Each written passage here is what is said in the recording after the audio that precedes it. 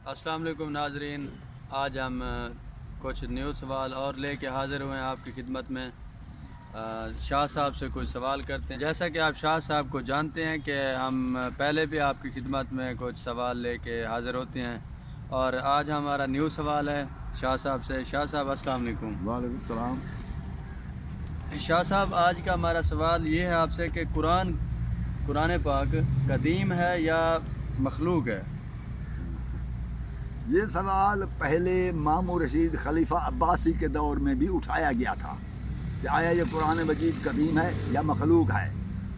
تو بعض لوگوں نے یہ کہا کہ چونکہ قرآن مجید اللہ کا کلام ہے اس لیے قدیم ہے، اور بعض نے کہا کہ اگر قدیم قرآن کو سمجھتے ہیں تو اللہ کے ساتھ ایک اور چیز قدیم ہوگی تو وہ ہم مشرک ہوتے ہیں، جو قرآن مخلوق ہے۔ اس اختلاف کی وجہ سے بہت سے لوگوں کو کوڑے لگے، کوئی جیل میں گئے، بڑا فساد پیدا ہوا۔ اب اتنا 1400 سال گزرنے کے بعد آپ نے پھر وہی سوال اٹھا دیا۔ یہ سوال وہ تو ہوتا ہے کہ فکر بقدر ہمت اوسط، ہر شخص سوچتا ہے اپنی فکر کے مطابق۔ قرآن مجید جو ہے قدیم کیا چیز ہے؟ قدیم صرف اللہ کی ذات ہے، اور قرآن مجید ہو یا مخلوق میں سے کوئی چیز ہو، اللہ کے ارادے میں ہر چیز قدیم تھی، مگر خلق اس وقت ہوئی، اللہ نے اسے خلق ایک وقت مقرر پر کیا۔ مثال کے طور پر اللہ کے ارادے میں میں بھی قدیم تھا، اللہ ارادہ رکھتا تھا، جانتا تھا کہ ابن الخیر سید اللہ بخشا تسلیم کو میں پیدا کروں گا، فلاں مقام پر پیدا کروں گا، فلاں وقت پیدا کروں گا، اور اس کے ماں باپ فلاں ہوں گے، اور اتنی عرصہ وہ زندہ رہے گا، فلاں کام کرے گا۔ یہ سب چیز کا علم اللہ کو تھا، تو اس لیے اللہ کے ارادے میں قدیم تھا، مگر اپنے وقت مقرر پر میں پیدا ہوا تو میں مخلوق ہوا۔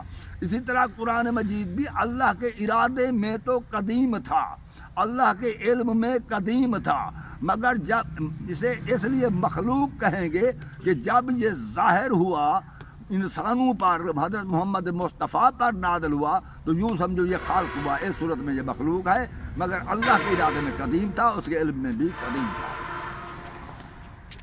جی، جیسا کہ یہ ہمارے نبی حضرت محمد صلی اللہ علیہ وسلم پر نازل ہوا، ہاں، اس وقت یوں سمجھو کہ قرآن خالق ہوا، کیونکہ وہ ظاہر ہوا مخلوق پر، وہ دنیا پر آیا۔ پہلے تو اللہ کے ارادے میں، اور اللہ کے کلام اللہ کے ارادے میں اور اس کے علم میں قدیم تھا، مگر مخلوق اس لیے اس کو کہتے ہیں کہ جب تک اللہ اپنے ارادے کو عملی جامہ نہ پہنائے اس وقت مخلوق نہیں کہا جاتا۔ جیسے میں اپنی مثال دی ہے کہ میں بھی تو اللہ کے ارادے میں قدیم تھا، مگر مجھے ایک وقت پر پیدا کیا، اس لیے میں مخلوق ہوں۔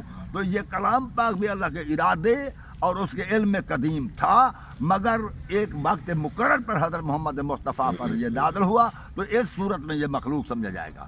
ٹھیک ہے۔